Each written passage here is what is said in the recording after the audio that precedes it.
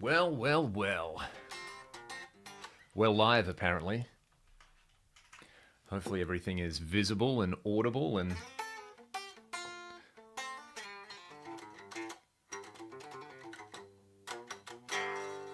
Let's see.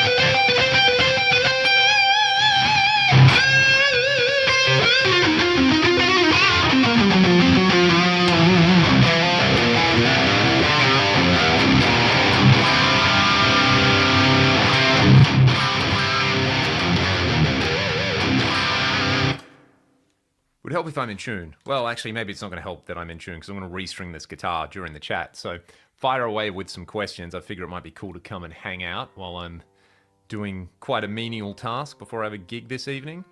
Yeah, I'm going to tune it anyway and maybe play something at some point. So yeah, that'll do. There we go.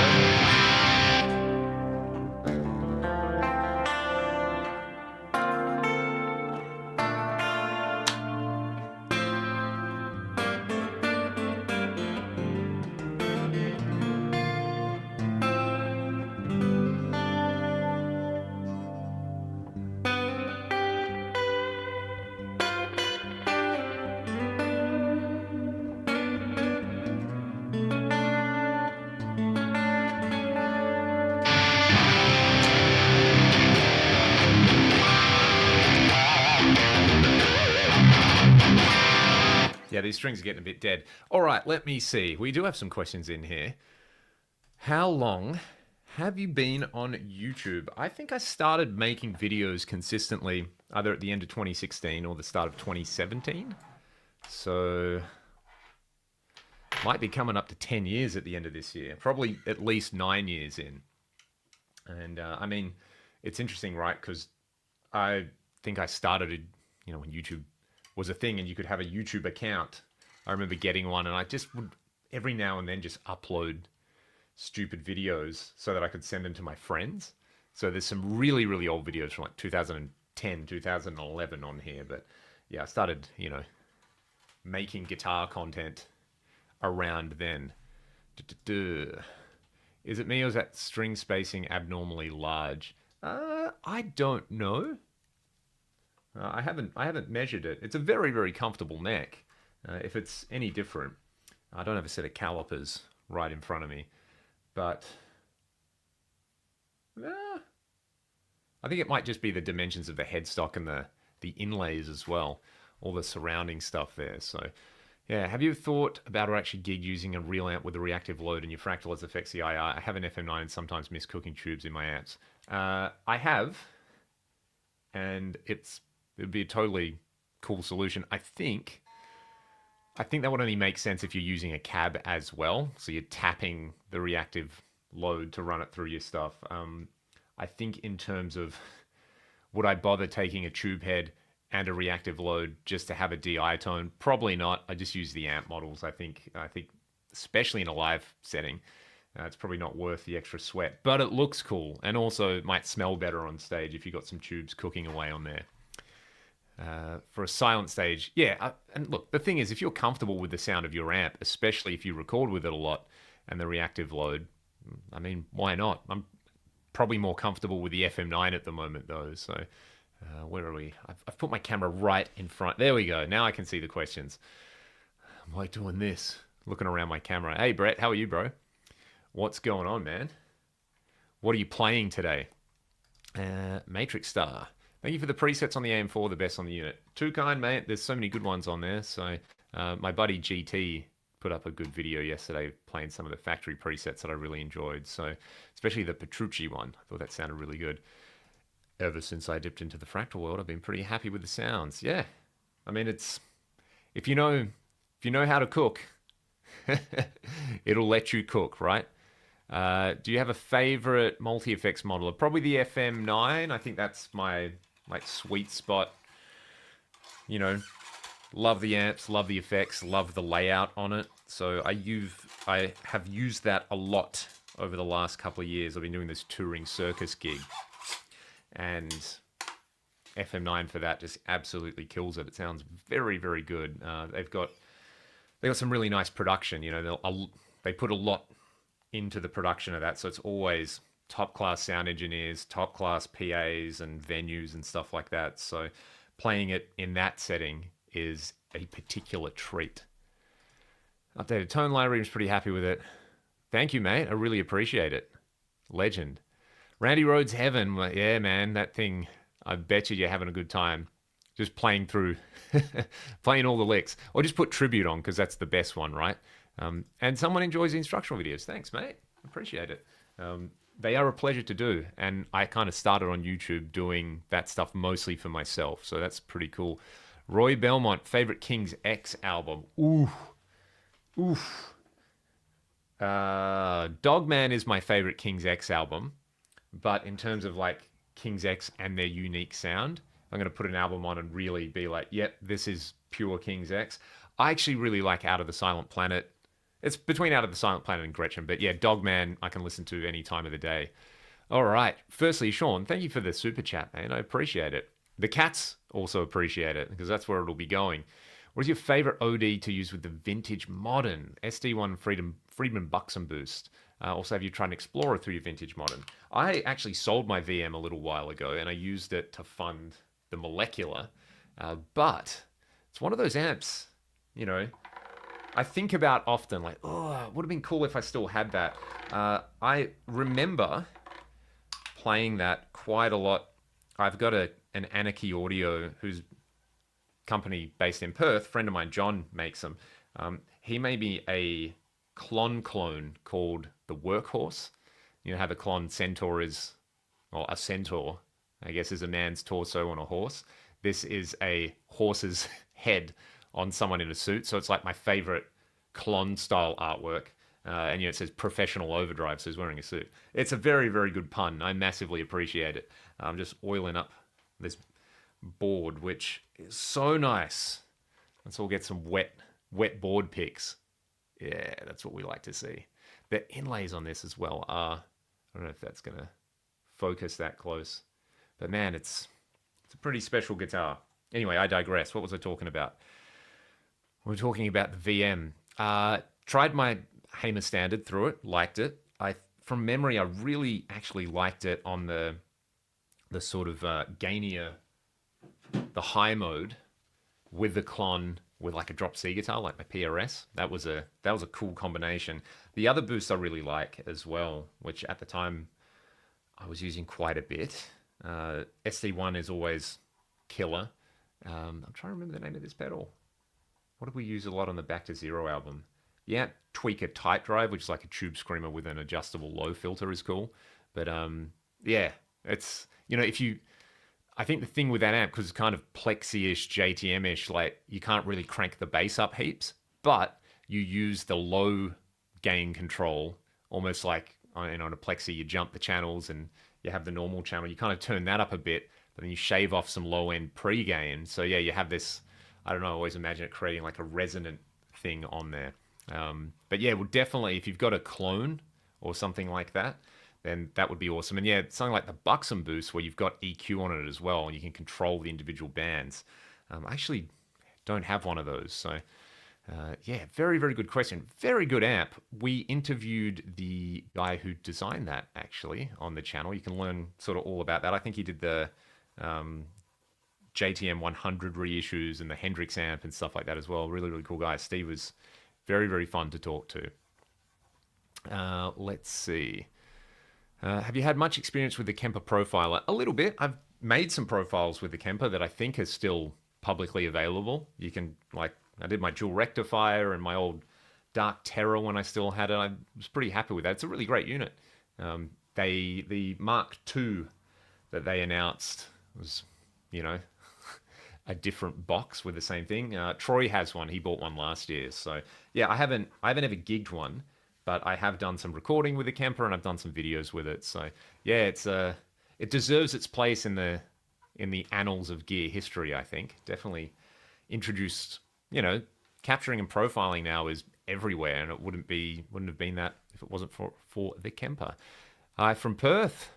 MD2112, good username on there, especially for someone from Montreal. Welcome. How do you afford all the gear, YouTube alone, or do you also generate cash flow from a normal job? I don't have a normal job. This is my job now. I teach, and I basically consult. If you want to have a guitar lesson, or you want me to build you a rig or things like that. And I do make some money from ad revenue, and I do make money from sponsored videos, and I'm also a working musician as well.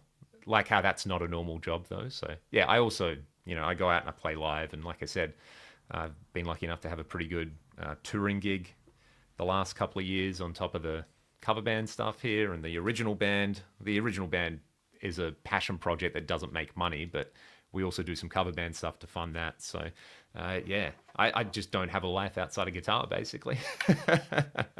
Will I be at NAMM this year? I won't, unfortunately. I've actually never been. It's unfortunate the time of year that it happens. I'm always busy here, and it's also Australian summer, which I live for. I wouldn't really want to miss any of that. So yeah, look, I'm totally open to doing it, but in terms of the expense, it's a lot of money to fly from Perth anywhere in Australia and then onwards to the US and everything else that goes with it. And it's just a long trip. Like it's a brutal, it's a 5-hour flight from here to Sydney. Then you have a layover. Then it's 15, 16 hours. It's a good 24 to 30 hours worth of travel each way, which is, I've done enough in my life already. Anytime I go to the States, I'm like, all right, buckle up. There's going to be a long one. So, yeah, as much as I would love to go, I think doing what I do, most of the stuff I'm interested in checking out, I'm lucky enough to have relationships with some of those companies. So as cool as it would be for the hang, I think the timing has just never been ideal. But having said that, totally open to it in the future because things change, right? So I'm looking to get an FM9. Should I buy it? Yes. Next question. Hey, Noise Bloom, what's up, man? Possibly sketchy question. Do you have a favorite Ragdoll song from a playing or writing perspective? Yeah, I do. I think I love playing Rust because we normally play that last. And it's, a bit of a rager. And people, that's the most popular song live when we play live. And in terms of a writing perspective, I really like a song on our All I Want EP called Self-Censored. I was very, very happy with the way that one turned out. It's kind of got this like Rush style thing, bit of a Police vibe in parts. And yeah, I think I was listening to it the other day and I was like, this is good. I wrote this song when I was like 24, 25. I still like it. So, so that one, I love playing Shine as well. That one always goes hard. So hopefully we'll play some of these tonight. Hello, Leon. Everyone, hello. Welcome to the chat. Good morning from Sweden. It must be early in the morning in Sweden. It's 1 p.m. here. What is it like? What's the time difference? 7 hours, something like that. So nice and early. Via Sachatrucci. What's up, man? QC captures, they sound great. Premier Guitar and Axel's channel has. Yes. Good shout. I was amazed that there's a Ty Tabor interview. Any excuse to hear Ty talk about his gear. So, yeah, I enjoyed it. I think everybody watching this would enjoy it as well. So, which captures have you been using the most? Because I thought those Alta ones turned out really good. That's the Alta and the Synergy power amp together, which is a very, very good combination. So, yeah, joining from Charlotte, North Carolina. It must be late or early over there. So, Ralph Higgs. Exactly, mate. Exactly. I got my health. That's the main thing. I got my family and my cats and good mates and music. So, it's horrendous how wealthy I feel sometimes. We have the best summers. Indeed, indeed. I got Todd on the brain. Yeah. Good morning from Istanbul. Welcome to. It's cool to see people from all over the world tuning in. We got GT from Melbourne. Hey man, how are you? Great job with the AM4 video. Richard, again, I appreciate it, Richard. I was trying to give everyone some love in here. Is everyone excited to see what insanity we might see come from Nam? Always, always, Brett. 12:17. That's not too bad. Nice and early. And Nick, how are you, bro? What are you working on at the moment, Nick? Always busy, always gigging. It's nice to see. I've just been mindlessly doing this, right? So what am I going to do? I've put some lemon oil on this. I need to give it a bit of the old 65, right? Let's do this and then get some strings on there while I'm yabbering away. So there's been some very good questions so far. I forgot that I should be... There we go. I think I'm almost out of this polish, which is amazing because I probably bought it 10 years ago. Fire away with any questions.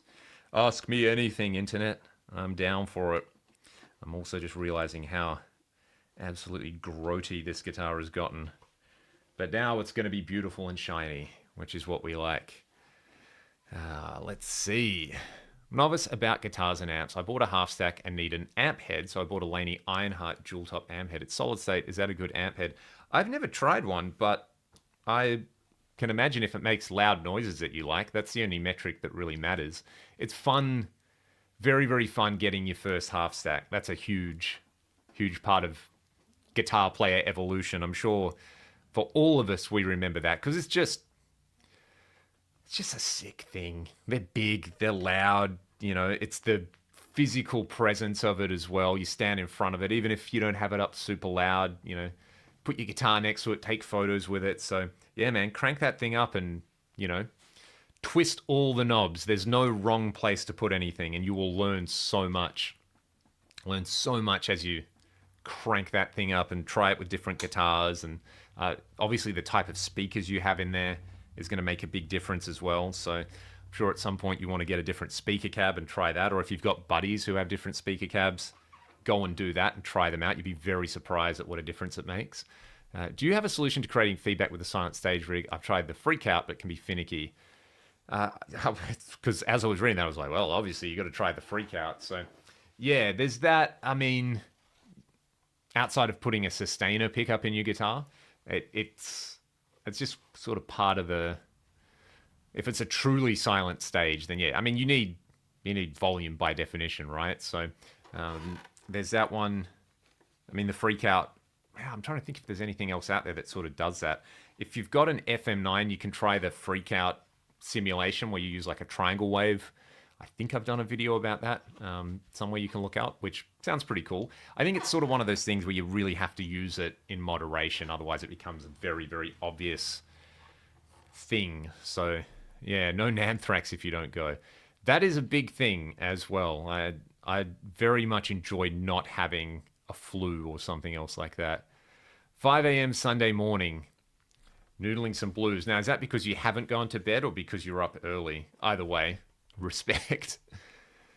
Try the Fryette LX2 power amps. Yeah, they're sick, man. Yeah, it's a shame with the Matrix stuff. Like, I feel like I only hear about the Matrix stuff now when they die. I think the company isn't making things anymore, but that was...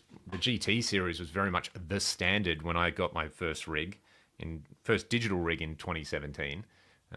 I've still got my GT800 somewhere.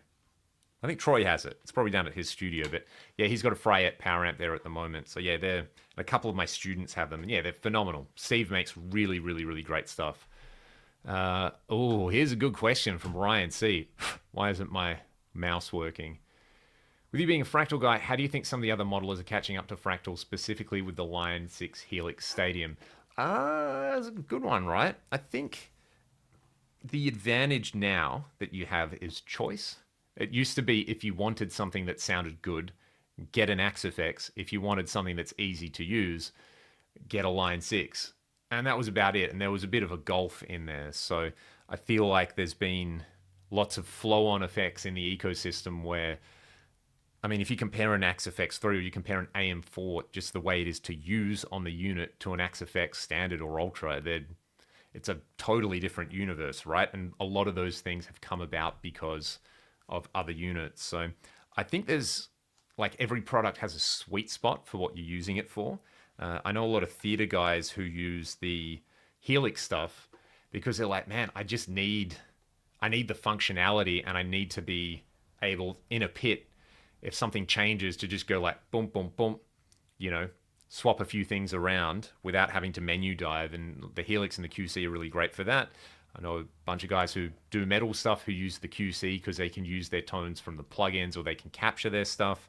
Same thing with the Kemper, you capture your rig and go out and do it. So, yeah, I think the thing I appreciate and the reason I ended up getting a Fractal when I went with a digital rig is I've got so much control, which I really like. It's sort of like if I've got an amp I really like the behavior of, I can get really close to that. And then if, say, like this amp has some cool mods to it, I can recreate those mods or I can play around with matching stuff by getting into the deep parameters on there. So, yeah, I think it's just a diversified ecosystem now. And then you got things like the Tone X1 pedal, where you just capture your entire rig and it fits in something this big. So, yeah, choice is what it's all about. So, I think it's less a tribal thing anymore as it is just like, dude, if you get a guitar sound that you like with a rig that you like, that's the main thing, that you keep yourself happy.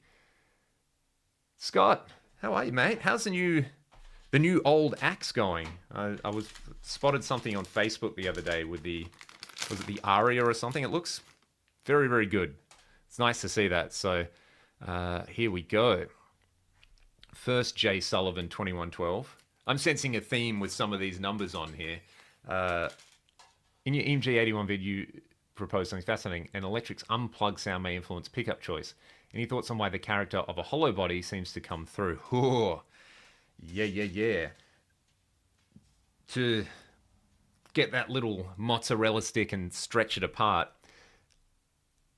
This is really obvious if you aren't, I consider myself like a native electric guitar player. I started on electric guitar. There's so many things we take for granted as electric guitar players. And what's interesting is if you speak to any other stringed instrument player who plays a stringed instrument that's primarily used in an acoustic setting, like if you speak to a cellist or you speak to a violin player or even an acoustic guitar player, what they are trying to recreate with a pickup is the pure acoustic tone, right?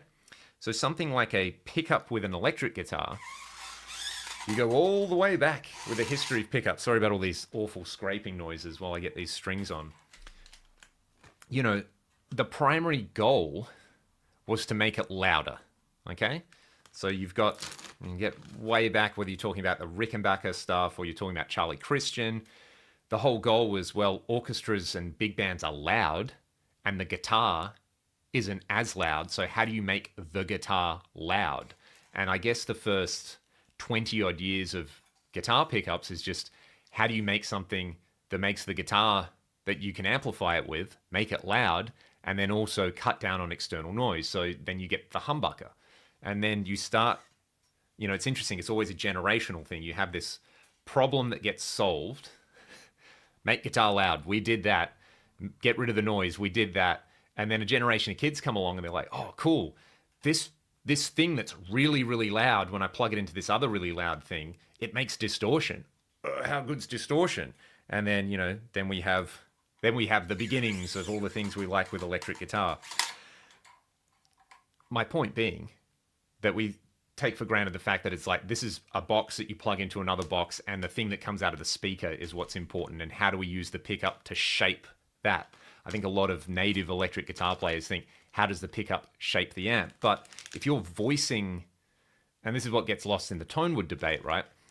If you're voicing an instrument, okay, you could approach it from the point of build the guitar, listen to it acoustically. Is it bright?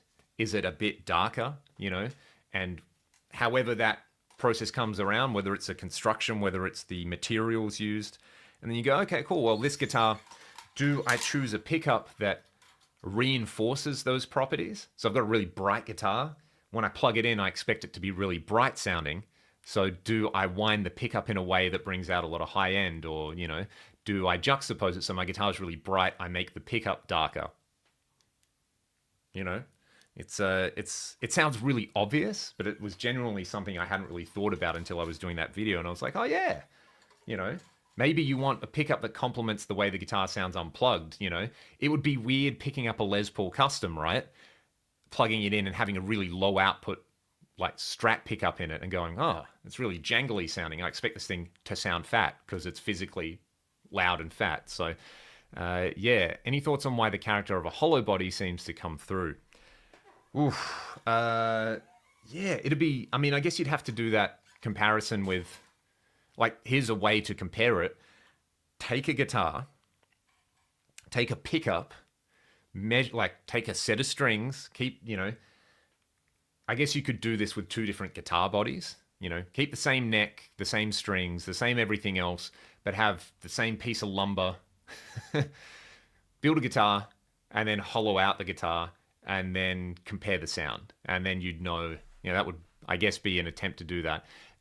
But you'd have to do that like a statistically significant amount of time. So, you know, maybe build 50 guitars and 50 hollow bodies to go on them and swap them in and out with that and do that experiment. So, yeah, I think a big thing with hollow body guitars as well is if you think about how the instrument vibrates, right? And if it's a semi or a semi-hollow and you've got that top, and that top is very prone to sympathetic vibration, and you're playing through a loud amp, that's going to do some stuff, right? Like, you know, a 335 through a cranked Marshall stack will feed back way more than a much deadened guitar. So that's a very, very good question. I'm just going to kind of catch up in the chat here. I bet Boss will incorporate capture stuff. Very curious to see what they do.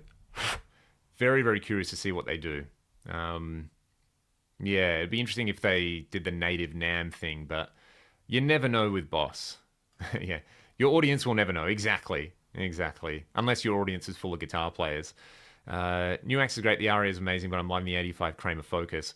Man, someone just listed a Beretta from 86, one of the ESP made ones, for like 1,500 Australian dollars. So, I don't know, 900 USD. I am very, very tempted. Have not seen you use a trusty black PRS in a while. Do you still use it live? I haven't. I've sort of been using this in its place. Mostly because that PRS really, really needs a refret. Like, the frets are destroyed. And I think it's one thing I have noticed with my PRS stuff. I don't know what they use for fret wire, but it seems to be a little bit softer than other stuff, and I tend to wear it out faster. Like, my DGT was a couple of years old, and the frets had some very, very big, and they're, you know, 6100s on there, jumbo frets, and they had some really big divots in there. So I had a stainless refret done on that one, and good as gold now. This has got stainless steel frets as well, so it should last a lot longer on there. So yeah, that anytime I play that guitar, though, I'm just like, oh yeah, this is home. This is good. So yeah, 2026, I think I'm going to get it refretted and then get it back in action. Have you ever tried any of the rev amps? Yes, I've got a demo up with the G50 on here, and I should pull that thing out and make some noise with it pretty soon. It would be cool to, I guess, compare how the built-in two-note stuff sounds compared to a, you know, a reactive load or a cab or something like that. They make some really, really nice stuff, and a lot of cool features like the built-in gate and the reverb and boost, and it's a like a whole rig in a box. Realized after I got my AM4 that I no longer use my pitch shifter pedal in front. The sound is not good. Yeah, interesting. Is that because the pitch shifter doesn't sound good or something else? So, Punker Golfer Gamer, welcome from Orlando. Hey man, how's your evening going? Have you met Chris from the Living End? I have met Chris from the Living End. I met him last year backstage at Cold Chisel. So, was that last year or the year before? Might have been 2024, but yeah, I got hooked up with some tickets there. Actually, fun rockstar stories, right? So I was doing the Club Cabaret gig in Budapest. We were playing a festival over there, and I got a call from an unknown number. And long story short, it was Ian Moss, and he's like, "Oh, hey mate, how you going? Can I ask you some questions about reactive load boxes? And, you know, I'm putting my rig together for this chisel tour. P.S. Do you want to come to a show?" So, yeah, I got there and he hooked us up some after show tickets as well, and who happened to be there but Chris. So yeah, nice guy. That was a very, very interesting experience for me because there was a lot of, it's like everyone who was ever in Australian Guitar Magazine was at this gig, and I was like, there's the whole crew and me. I don't belong here, but I'm happy to just, have a Bundaberg ginger beer and hang out with actual legends. So yeah, that's a cool Leon Todd true rock and roll story. The interface designs on the VP4 pedals are what make them so great, much easier to program. I think so too, yeah. I think they did a very, very good job. And of course everyone goes, but there's not a touch screen. Yeah. Shock horror, you can still have a good user interface without a touch screen. I hope they do some touchscreen stuff because, everything's got it now. But, if you think of the HX Stomp or the original Helix, that's also a very, very, very good, some may say industry standard UI that didn't use a touchscreen. So I still find myself on the Stadium forgetting that it has a touchscreen. I'm sure that'll change if I use it a bit more. But yeah, I think they did a very, very good job there. I'm from Maryland, by the way, but what is your favorite type of music for concerts you like to go to? I know you've been to Metallica. These days, what's the last show that I went and saw? It might have been Metallica. Yeah, let's do this. I have been, like I said, been doing this circus thing, so being in that world a little bit more and seeing a bit more of the, stuff that's multimedia, where it's not just music, where you've got, whether it's music and dance or it's music and circus or cabaret and things like that. But yeah, I still think I'm most at home at like a dingy pub watching a rock band bash skulls, so to speak. So I saw Winger last year as well. That was cool. I saw Winger and Metallica in the same year. What a funny thing. That was very good. They played a small club here and they were fucking amazing. Man, what a very, very good band and a very, very lovely bunch of guys. I got to hang out with Paul and Rod Morgenstein and John Roth, and they're, sweethearts. So I'm really, yes, there we go. Thankful for locking tuners right now so I can actually talk while doing this. Well, approximate talking while doing this. So, yeah, man, just anytime I can get out of the house now is a good time, right? So, PRS Core Hollow Body 2. Oh, that's been a dream guitar of mine for a long, long time. And there was one that was, man, I still kick myself for this one. There was a black one that was like maybe $2,600. There's Australian dollars, maybe, this was a while ago now. And I was like, maybe I should buy that. I've always wanted one. It's a pretty good price. And yeah, good luck getting one in Australia for under $8,000 now. So this is my answer to that, though. Doesn't have the piezo or however you say it, but yeah, I do love a good semi, especially a good semi-hollow guitar. The Nudie, what's up, bro? Chris Oliva didn't use an 81, so you don't need one. I can agree with that. Given that you live in an isolated part of the world, what game do you play to source gear? Do you hunt and or wait for something to be available locally? Good question.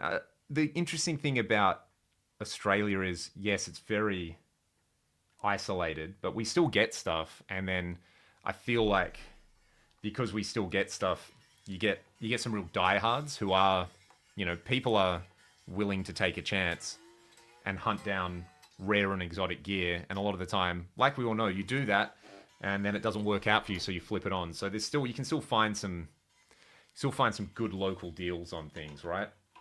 So yeah, if I buy stuff, I do like to try and buy used because I'm cheap. And a lot of the stuff I have had come into my possession. I think now for guitars, unless something's like a screaming ridiculous deal, I try to hold off.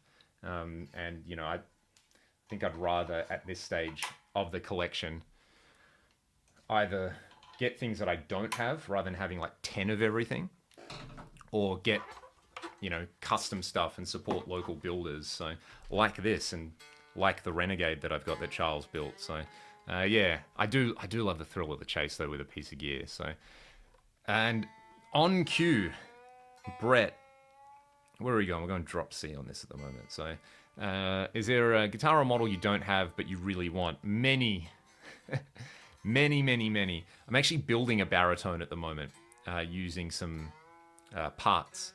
So that's going to be a fun one. I'll do a video on that. That's one thing that's missing from the collection. I actually sold my 7-string at the end of last year. So I feel like at some point I'm going to want another 7. I do have an Ibanez Alpha 7 on the way that I'm very keen to try. I think some people were really turned off by that body shape, but the specs on it look pretty good. So I'll be curious to try that one. That'll be fun. And oh, look at that. Perfect.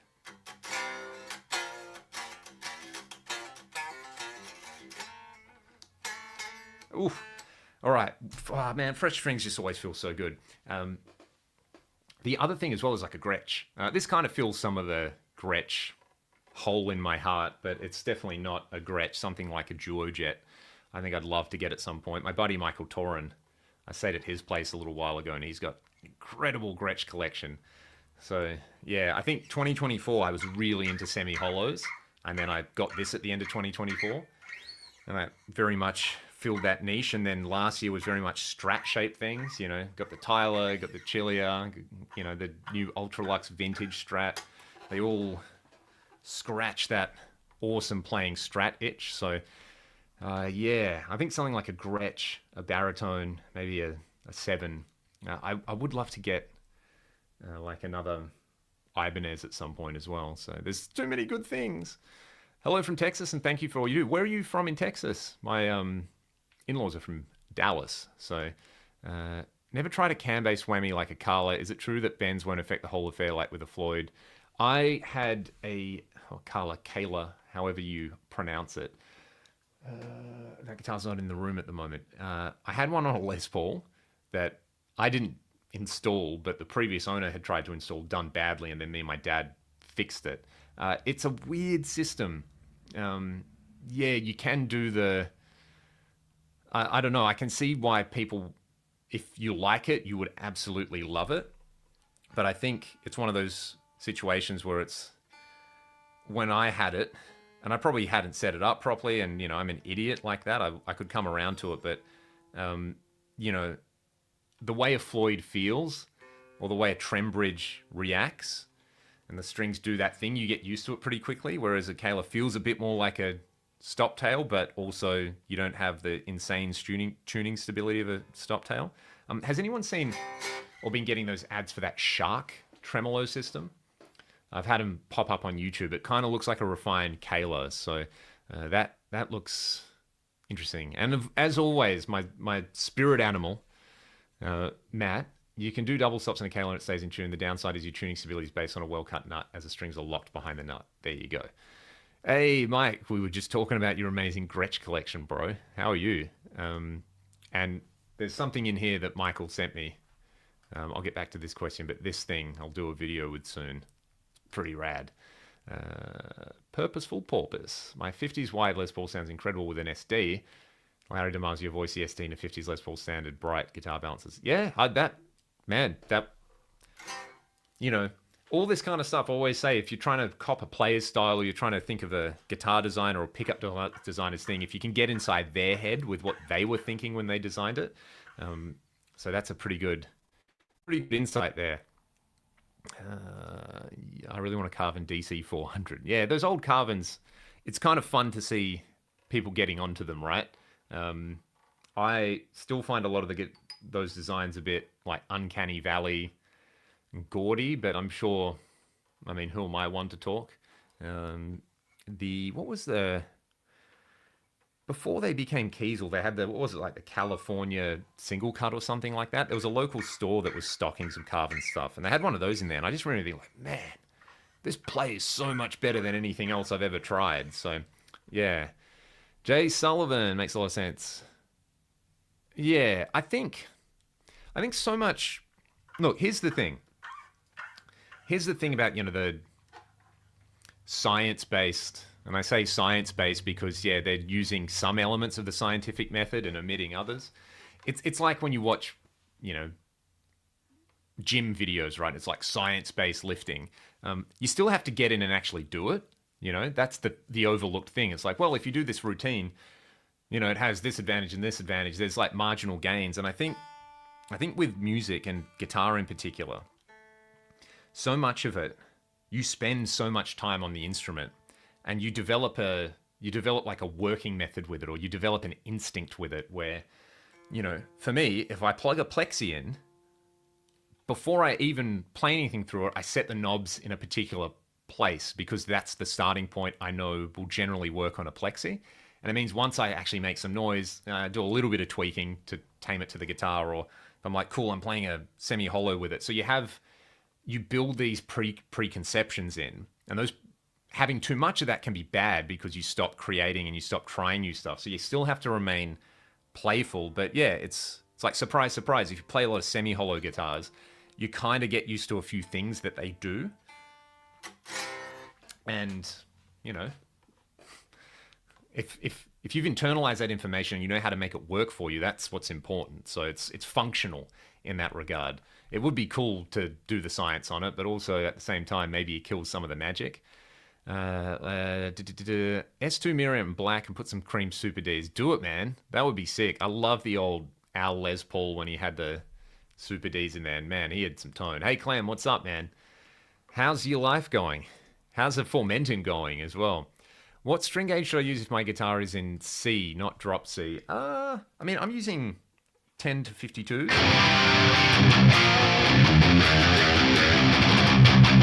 For drop C, 10 to 52s would be fine. Maybe you go up to like 11 to 54s or 11 to 58s. As long as you set the guitar up and cut the nut properly for it, you'll be sweet. This is interesting. Dom, hey man, I was literally just chatting to some friends about this today. The A2 NAMs should be more going on very soon with regards to native NAM on models. I did think that when I was reading through it, because I think maybe you posted it over on, was that on the Gear Forum? I think it might have been your post on there, and I was like, oh, this is interesting. And as I was reading it, I was like, okay. If you've got this new A2 thing, it sounds like making it accessible and available to just retrofit into modelers. So something tells me you know some things, Dom. So I won't push you too far on it, but I'd be really curious to see who adopts it or who Steve has been talking to, because obviously, good things happen when smart people talk to other smart people, right? PRSS2 line. The S2s are weird. I feel like the custom 24, like the traditional core PRS designs they do as an S2, I'm not super into the look, but it's like the stuff they only make as an S2 now, like the Mira and the Starla, are very, very cool. So this is a good one. The stainless steel frets on the PRS thing. Look, I'd qualify this by saying, whoever designs the guitars can use whatever they want on them. But it would be nice to have the option, right? I ordered a neck from Warmouth at the end of last year for this baritone thing, right? And it's like $35 extra to have stainless steel frets on the neck. So, you order a neck and it costs whatever it is, and you're like, option, plus $35 for a stainless steel.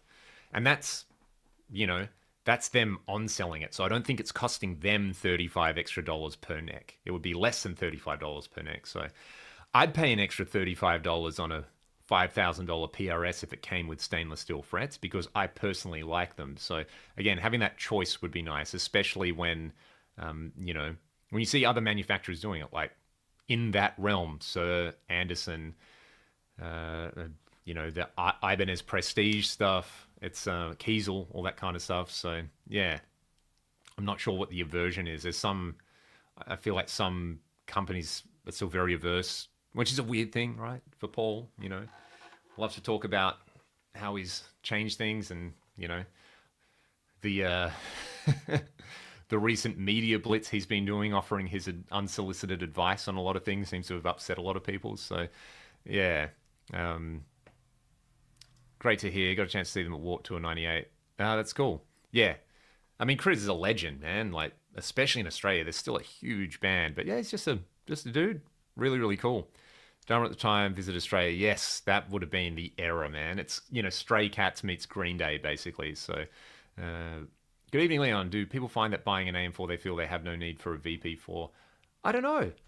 I know some people who had a VP4 who bought an AM4 and are like, wow, I can use both together and this is awesome. So I think if you've got the AM4, it does work so well as a standalone rig, but it's pretty easy to expand it. Here we go. Here's a fun Rockstar story. And with Frank Gambale, Marco Sofogli, Billy Sheen, and Neely Brosh, it was for the DV Mark stuff. Oh, didn't Gambale have like a signature DV Mark thing? That's pretty cool. Neely's an amazing player as well. I mean, everybody on that list. Marco as well, far out. And obviously Billy, so that's pretty cool. Very, very cool. Let me just catch up on the chat. Yeah, didn't they do some core before core was a core, right? Like late 2008, 2009, they did some mirror maple tops. So you might be able to score one used. That would have been a tour. Bullet Boys, Winger, and Cinderella. Yeah.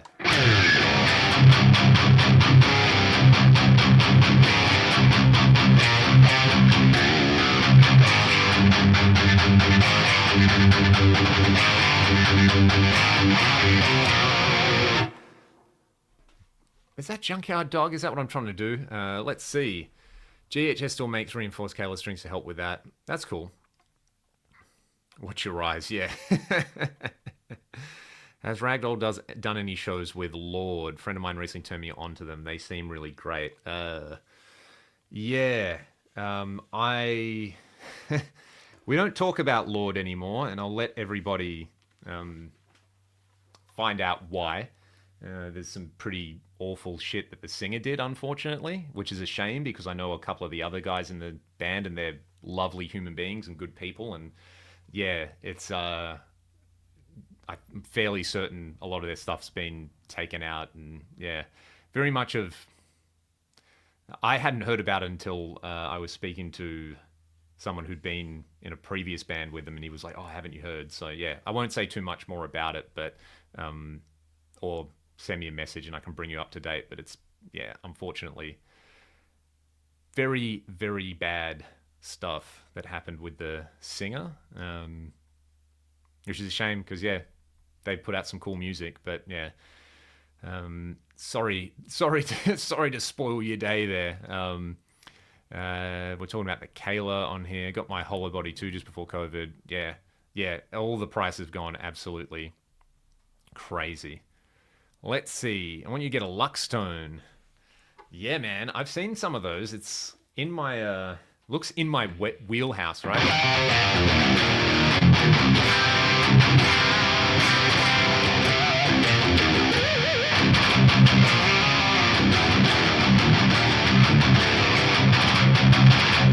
Man, this guitar sounds very, very good, doesn't it?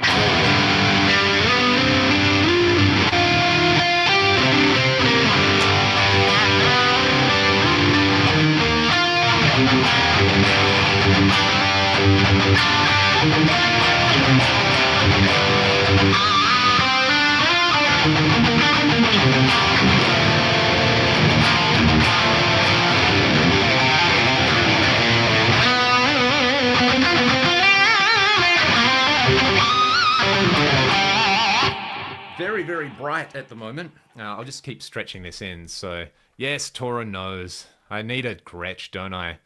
I need a Gretsch. Do you believe these pedal rack mount tube preamps are the future? Why hasn't Marshall or Fender released something like the IRX?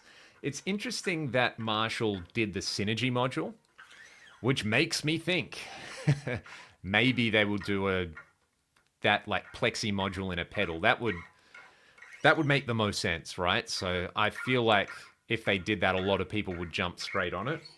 But yeah, I don't know. Maybe they've got some business agreement with BAD where we won't touch that if you don't touch this kind of thing. So yeah, I don't know. I think it's, in terms of like it being the future, I mean, I guess the future of an instrument is dependent on the people. So if the Kids, the mysterious group known as the Kids coming up, are using them, I guess, but I feel like still the majority of young guitar players I see are not super tech savvy or super gear savvy. That seems to be, you know, a very particular vocal subset of which we all are, right? We love talking about and doing that thing, but you know, a lot of young bands I see, it's like, oh yeah, I've got a, you know, I've got a Fender Strat and some pedals, plug it into a Fender amp, go and play my band's tunes, have a good time. It's pretty close. So yeah, I don't know. It would be cool. I really like the format because I like tube amps and I like knobs. Yeah. Do you have tariffs as bad as the USA? I'm in the Carolinas in the States. I paid $35 for one bare knuckle Strat pickup recently, which sucks. Yeah, Australia has had import duties and on things for a long time, and you know the inevitable value of the Australian dollar against the American dollar and the cost of living and all that kind of stuff. So yeah, I remember when I was starting out, right? A dual rectifier was like $5,000 and a PRS, this is in like the early 2000s as well. So that stuff was just kind of unaffordable for various reasons, which is cool. James, hey man, Happy New Year. It's cool to see you in here, dude. Not a Kayla fan. Yeah, I honestly haven't played one for so long that, you know, I feel like I might be underwhelmed, but I'm also now curious. Like, how bad could it be? I was over at my mum and dad's the other day, and you know, my old man was going through some stuff in his workshop. And what was it? Was it the Kayla Spider, like the Floyd style thing? It's an old one from the 80s. He was like, "What's this? Oh, I forgot I had this." So maybe I'll go and pinch that off him and chuck it in the guitar and see how much I don't like it. The pickup costs $90 and tariffs costs $35. Yeah, you know, there's a big discussion we could have about the advantages and disadvantages of free trade and tariffs and mercantilism and all that kind of stuff. But, you know, I like Floyd's. I also like the Godot 1996T. Yeah, look, the big downside with the Kayla is, yeah, you got to gouge your guitar out and absolutely wound it. I like Floyd's. I also like the Godot 1996T. I think the 1996 is my favorite. The perfect segue. You know, it's just sleek and comfortable under the hand. I put an extra spring in this one recently, and I've kind of been enjoying it even more. The funny thing with all these bridges, right? You know, when you tune them like this, they go out of tune here. Like it's... where's my... You can hear this. You know, to get them up, set up to do the thing.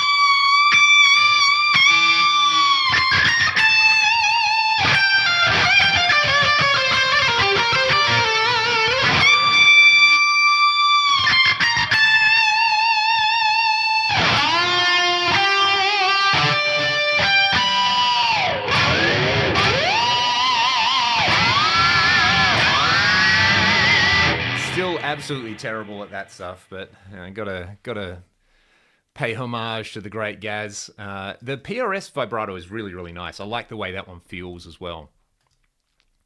Yeah, you did. Yeah, you did, Scott. Good choice. Yeah, the Kayla to me kind of feels like, you know how a Floyd Rose took a Strat trem and refined it? It's almost like the Kayla took a Bigsby as its starting point, because that's a kind of similar feel. James, the Vega trem. Man, you're like the fifth or sixth person recently who's told me about how much they've been liking this. I know Chris Brooks has one on some of his guitars, and one of my students has one, and I tried it very briefly, and it was very, very cool. So yeah, I don't know. Now I'm getting curious all over again. I have a Callahan on my Ingve Strat. Scott, we're the same person. I have a Callahan on my Ingve Strat. What are the odds? That's wild. I have Highwood saddles on it. Ah, interesting. I have not tried those. I think I've just got the Callahan saddles on there. Wrote a small novella on Leon's EMG 81 video. Mate, I would expect no less, and I look forward to reading it and having some extra insight, because I think we are also the same person. Oh yeah, who would imagine that a well set up double locking trem would actually stay in tune? Man, this guitar's good. Really good.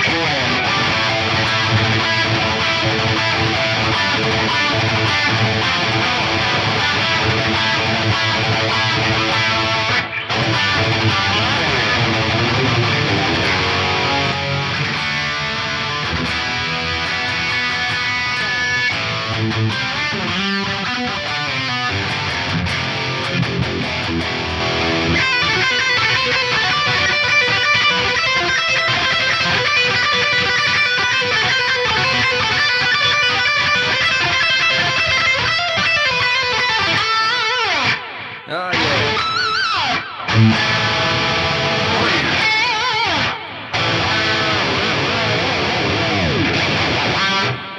And just like that, I push it way out of tune. What did I do? Unhappy G string? Probably unhappy D string. There we go. Yeah, I'm still... You know, I had a few guitars with Floyd's that I never bonded with, and then I was playing this, and I was like, oh... No, I think I like them. I think I like them a lot.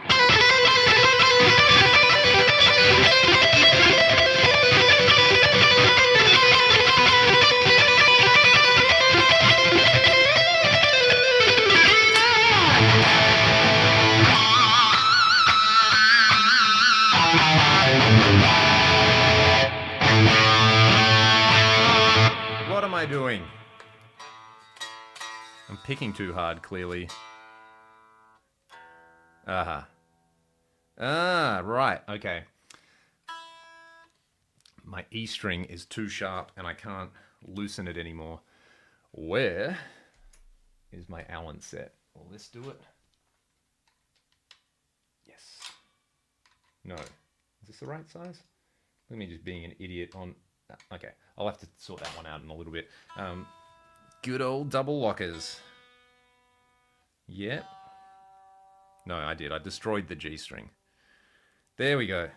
Now my E's back. Isn't this fun? There we go. There we go.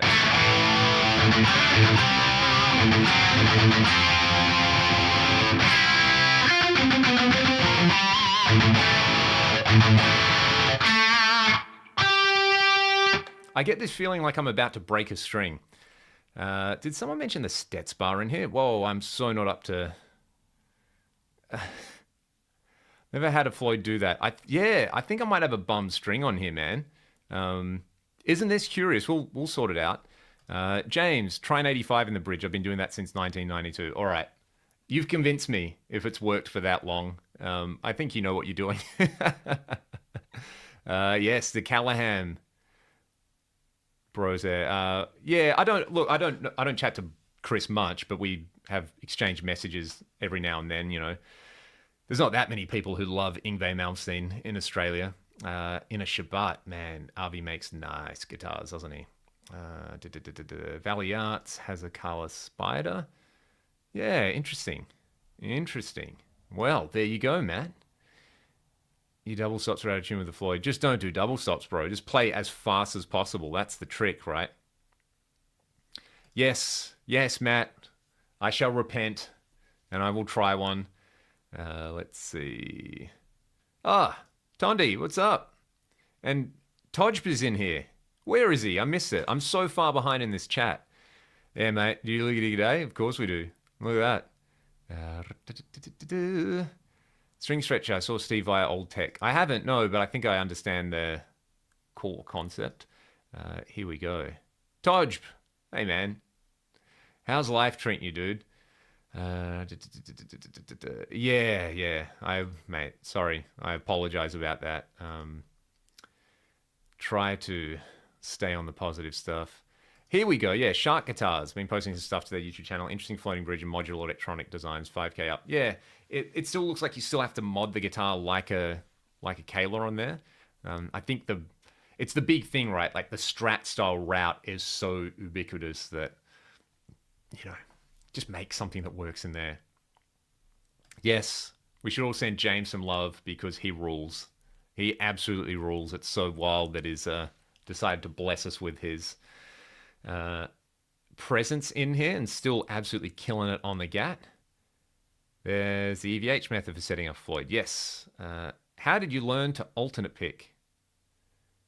Palm the bridge. Yeah, there's so many little things, right? I got to figure out there's a bum string on here now. This is going to be fun. Good evening from Cali. Hey, mate. How are you? How do you learn to alternate pick? Paul Gilbert, Intense Rock. That's the correct way to do that. I'm just going to try and get this thing into a slightly better tune. Now, my D's still on. Yeah, I wonder if it's the G or the D that's being funky. There we go. It's the golden rule. I love Floyd so much. They stay in tune so good. There we go.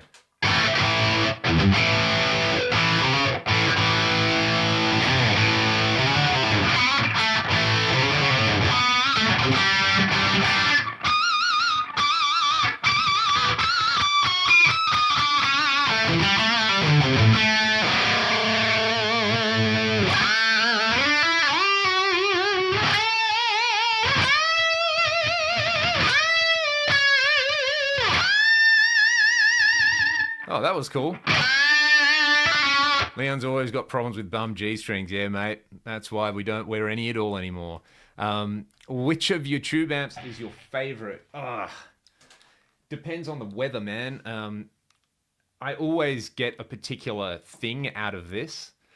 I think the real thing is like, what's the last amp I would sell? And it would probably either be the Soldano or the Dual Rec. We recorded Back to Zero with the Dual Rec. So,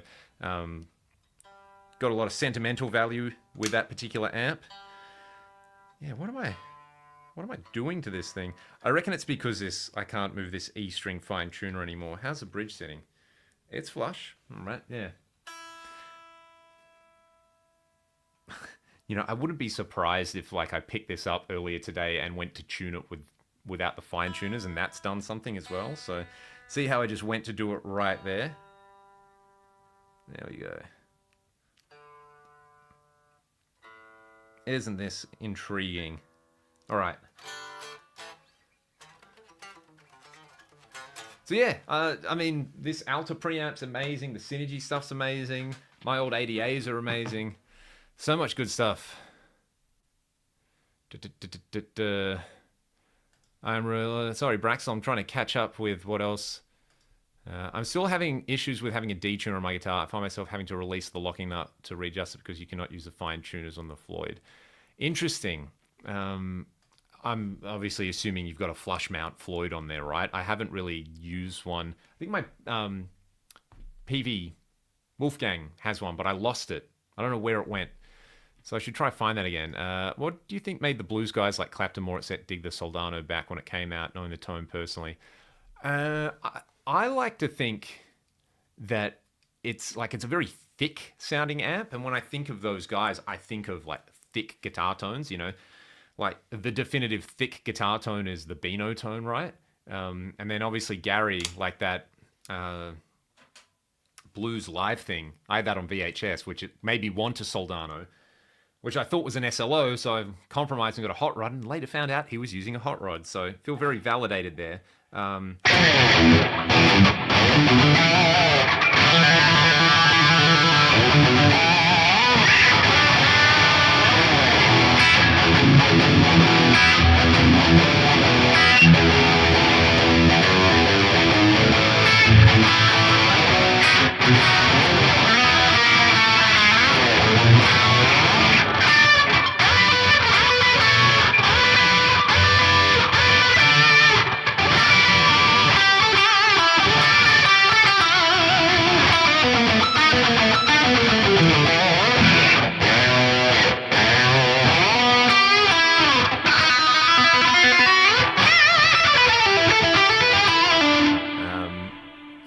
too.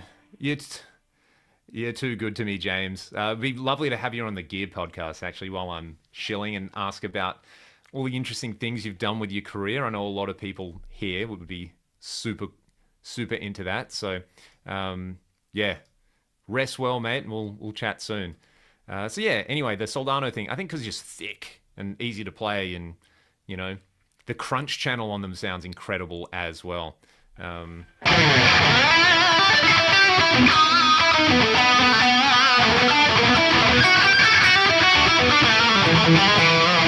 right, James, I'll reach out and get in touch. Have a good night, man, and we'll chat some more.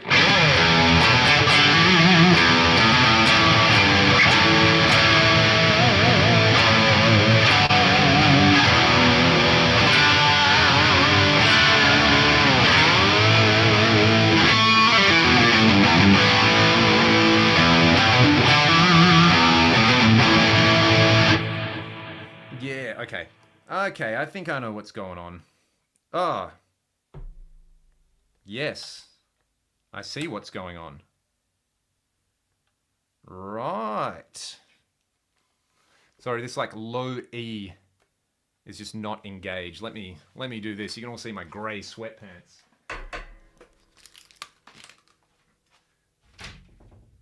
There we go. Like how I started restringing one guitar and now I'm fixing another.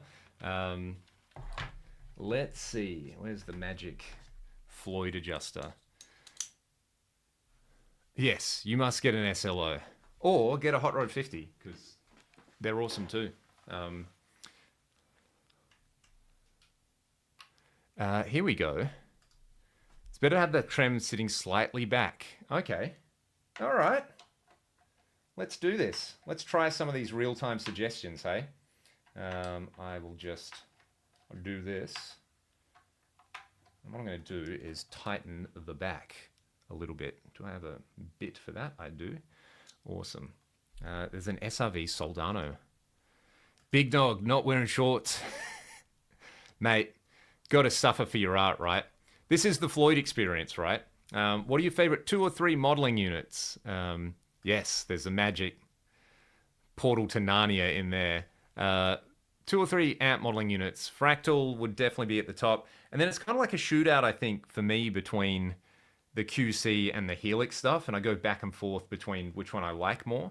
I think for high gain stuff, the QC. But then I think for just like, if you were doing a lot of theater stuff or you were doing a lot of cover band stuff, you know, the Helix does offer a very, very deep ecosystem.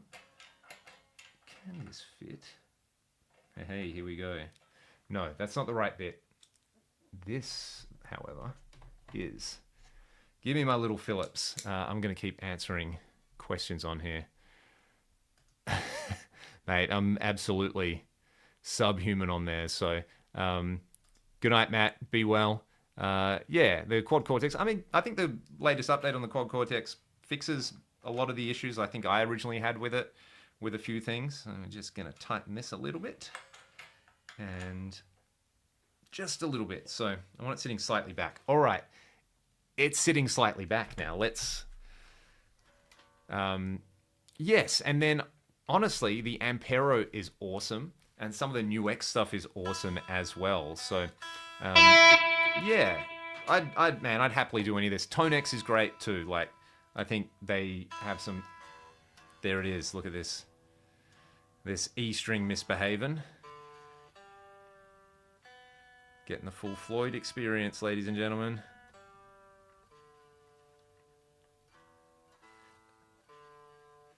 I think the main factor with setting up one of these is just patience, isn't it? Slightly back. All right. Oh, yeah. Oh, yeah. I see what's going on here. I see what's going on. I'm actually going to take the chance to... It's just maintenance, right? It's one of these things like, you know, you use the fine tuners and then they get too tight and you've got to reset them. So I think having that fine tuner actually engaged a little bit might help with a few things. Slightly back. I think it's too slightly back now. So let's go the other way. It's like adjusting a truss rod. You know? There we go. All right. Yeah, the hot tone, the Ampera stuff's great. Yes, I saw Cliff mention that, which is pretty cool. The Ampera, I think, is probably the best of the rest, in my opinion. It sounds really great. And they've got some very cool, like, lexicon-style circular delays and things like that, so... Alright, I think I may have gone some of the way to getting rid of some of these issues. UAD pedals, which sound great. Perfect choice for a decent pedal board. Yeah, so I gave you my Helix. Nice. I think if you like the Helix, you'll really like the Stadium. And I know there are some bugs with it at the moment that people have mentioned, but from what I understand, the 1.3 update isn't far off, and hopefully it will fix all of those. And I would really like to try the capture solution. So, okay, here we go. Getting some purchase on that E now. That is sitting ever so slightly back as well. That makes me really happy. See, this is just a, like, Floyd Rose support group in here, isn't it? There we go. I did do a gig with this last weekend where I blocked the trem and played it in D standard for most of the night, so maybe it's just the guitar's way of punishing me for adjusting the tuning so much recently. There we go.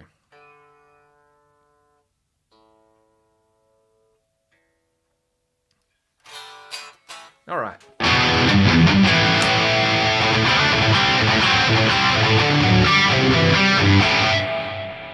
Watching guitar maintenance ASMR, yeah. Just a lot of palink. Yeah, John Brown's on the Soldano. Same time I always remember that Simpsons episode where Marge buys that expensive dress. Ah, yes. John. That's the entire amp industry, right? New guitar tech to follow you everywhere.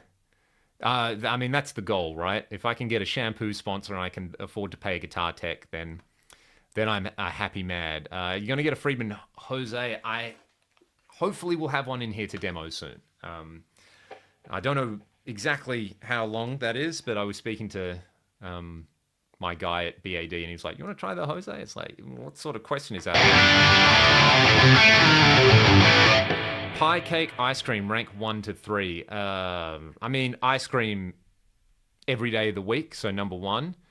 Pie every now and then, so number 3, and cake in the middle. Braxel got Friedman Jose in early June. It's my favorite amp. There you go. I mean, that says a lot if you got an old Marshall. The Dave C30. Yeah. I don't know when that's coming, but when I was in the States last, I had dinner with Dave and Michael Torin and Michael Nielsen, the legends. And yeah, Dave was talking a bit about that amp and how good it is. So, yeah. Yeah, man, the Ampera stuff is great. Is that chorus or pitch shift? It's a bit of pitch shift, but I just filmed a video about this that I will publish soon. You can get very close to a pitch detune thing with a triangle chorus. Because if you think about a triangle LFO, right? Or you think about chorus, the pitch changes because you're modulating the delay line with an LFO. So like the rate of change of the LFO is determining the pitch swing. So a sine wave, its rate of change is another sine wave, just with a phase offset, right?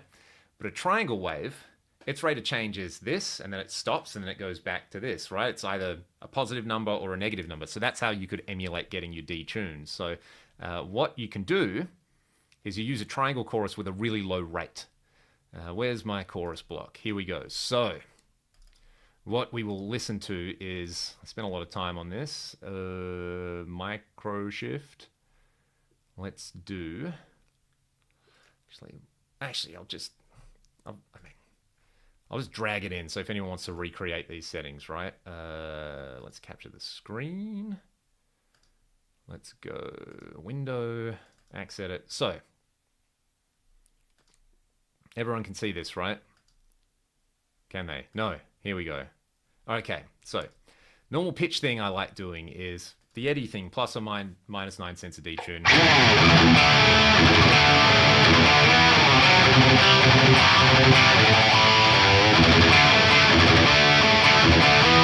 Very nice and thick. All right, triangle chorus. Get a stereo chorus. Nice and thick. Really low rate. I think 0.101 is the lowest you can go on here. I like the depth about 65% and a lower mix. Let's try. I've got analog stereo. I want digital stereo. Give me that one. Let's go, I don't know, 20%. And then in expert setup, turn the auto depth off. Set the width, I don't know. I found 12% before when I was doing it. And then a triangle LFO, this will give you the constant detune on either side. The last thing you need to adjust is the LFO phase so that they move in opposite directions. So you get +9 on one side.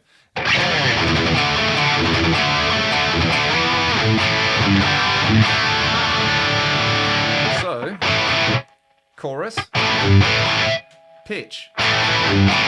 The pitch mix is a little bit higher, isn't it? So they sound pretty similar.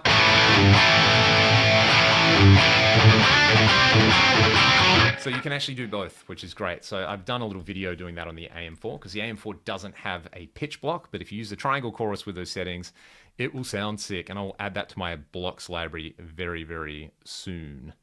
Ever played a Wizard amp? Yes, I've played an MTL and it was sick. Very, very expensive amps, but they are also very, very good. I can see why people get into them, and their client list is incredible, right?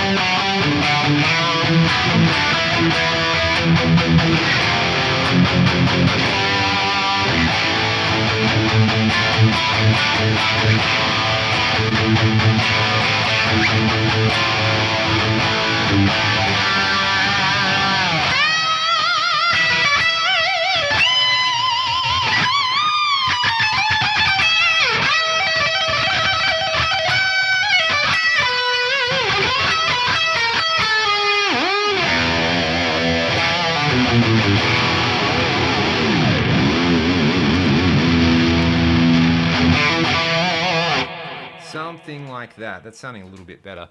All right, I am going to bounce in just a second.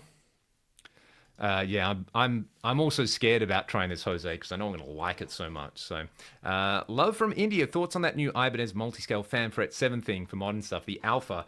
I have one on the way to try, so I will let you know hopefully in the next couple of weeks, man. But I kind of like it.